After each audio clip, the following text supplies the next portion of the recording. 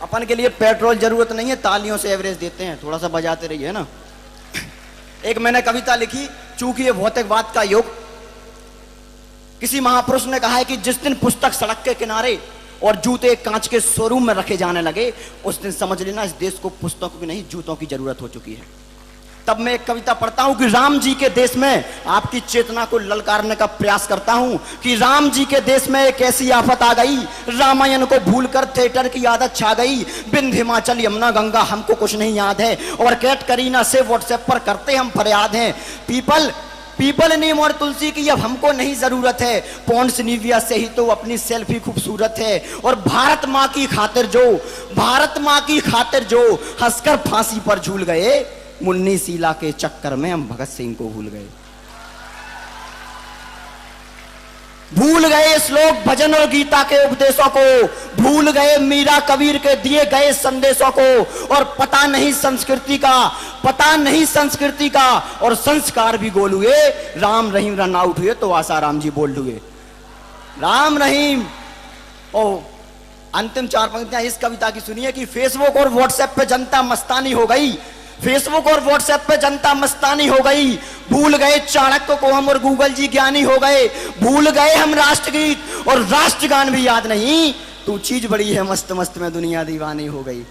तू चीज बड़ी है। मुझे इस बात की आवश्यकता नहीं कि मैं BMW में बैठ रहा हूं, कोई परवाह नहीं। मैं गरीबी में रहकर दिन गुजार सकता हूं, बैलगाड़ी में अपना जीवन यापन कर सकता हूं। लेकिन अगर हिंदुस्तान की मां बहन बेटी के ऊपर इज्जत से खिलवाड़ हो या फिर उन्हें हवस का शिकार होना पड़े, तब एक कवि को स्याही की जगह फिर आग उगलनी पड़ती है। मैंने एक कविता लिखी, कठुआ में एक मुस्लिम बच्ची के साथ बलात्कार हुआ। लोगों ने उस पर कमेंट किए कि वह मासूम मुस्लिम है, इसलिए उसे अब तक न्याय नहीं मिला। लेकिन मैंने उसका जवाब दिया कि वह मासूम ना ही हिंदू है ना ही मुसलमान है। हमारे देश में एक बार फिर भारत के भविष्य का बलात्कार हुआ है। 1947 में जब हिंदुस्तान आजाद हुआ तो जिन मुसलमानों को वतन से ज्यादा मजहब से प्यार था वो पाकिस्तान चले गए। लेकिन जो अब्दुल कलाम के बेटे आज मेरे हिंदुस्तान में हैं, मैं समझता हूं उन्हें अपने मजहब से ज्यादा इस मुल्क के वतन से प्यार है। ये वर्तमान सच्चाई है। तब मैंने कविता लिखी, जब सुनसान सड़क पर निर्भया के साथ बलात्कार हो जाए और हम खामोश देखते रहे, या फिर वो इंदौर का केस हो या फिर मंदसौर का, वो 4 वर्ष की मासूम क्या सोचती होगी, उसके दिन क्या थे, वो करती क्या थी, उसकी कल्पना क्या रही होगी। मेरे अब तक के जीवन की सर्वश्रेष्ठ कविता मैं आपके समक्ष रखता हूं कि दांत नहीं निकले थे मेरे अभी तो मैं तुतलाती थी, दांत नहीं निकले थे मेरे अभी तो मैं तुतलाती थी। सूने सूखे पतझड़ में बासंती मौसम लाती थी। अभी अभी तो मम्मम से पानी कहना सीखा था। अभी अभी तो छोड़ पेन से लिखना सीखा था। छुपकर धीरे धीरे सीढ़ी चढ़ना सीख रही थी मैं, छुपकर धीरे धीरे सीढ़ी चढ़ना सीख रही थी मैं। डोरेमोन को देख देख कर उड़ना सीख रही थी मैं। डोरेमोन को अभी अभी तो बालों में 2 चोटी करना सीखा था। अभी अभी तो गिर के उठना और संभलना सीखा था। पर सपने सारे टूट गए और खाक मेरा श्रृंगार हुआ। दागी चेहरा देख के दर्पण टूट गया, शर्मसार हुआ। मैं रंग बिरंगी कली सुगंधी मुरझाया सा फूल हुई। मर्द सभी पापा जैसे हैं, बस इतनी सी भूल हुई। मर्द सभी नहीं रही अब मानवता, मानव को मानव मत बोलो। मानव दानव से बदतर है, इनको दानव भी मत बोलो। अरे खुले आसमां के नीचे अब बेटी घूम नहीं सकती। अब तो बच्ची होकर भी झूले पर झूम नहीं सकती। और ये 2 पंक्तियां शायद हिंदुस्तान को इस बात का अभिशाप है। आबरू ना मेरी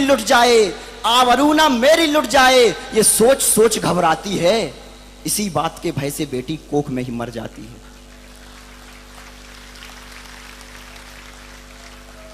और हम क्या करते हैं, फिर भी चुप्पी साधे हम सब मोम जलाते रहते हैं।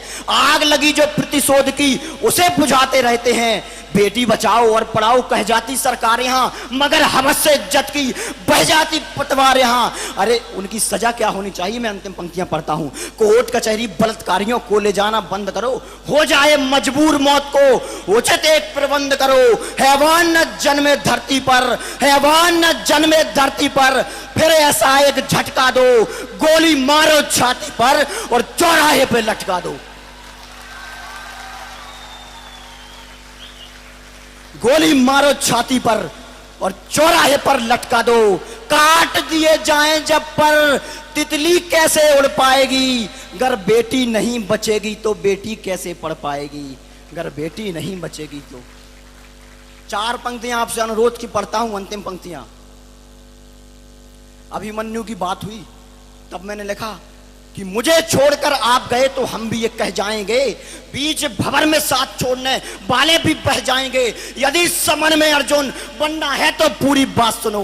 अर्ध कथाएं सुनने वाले अभिमन्यु रह जाएंगे, अर्ध कथाएं सुनने वाले अभिमन्यु रह जाएंगे। अंतिम 2 पंक्तियां मेरा परिचय कि झांसी की आन, उत्तर प्रदेश की शान, जिसमें बसती है पूरे गांव की जान।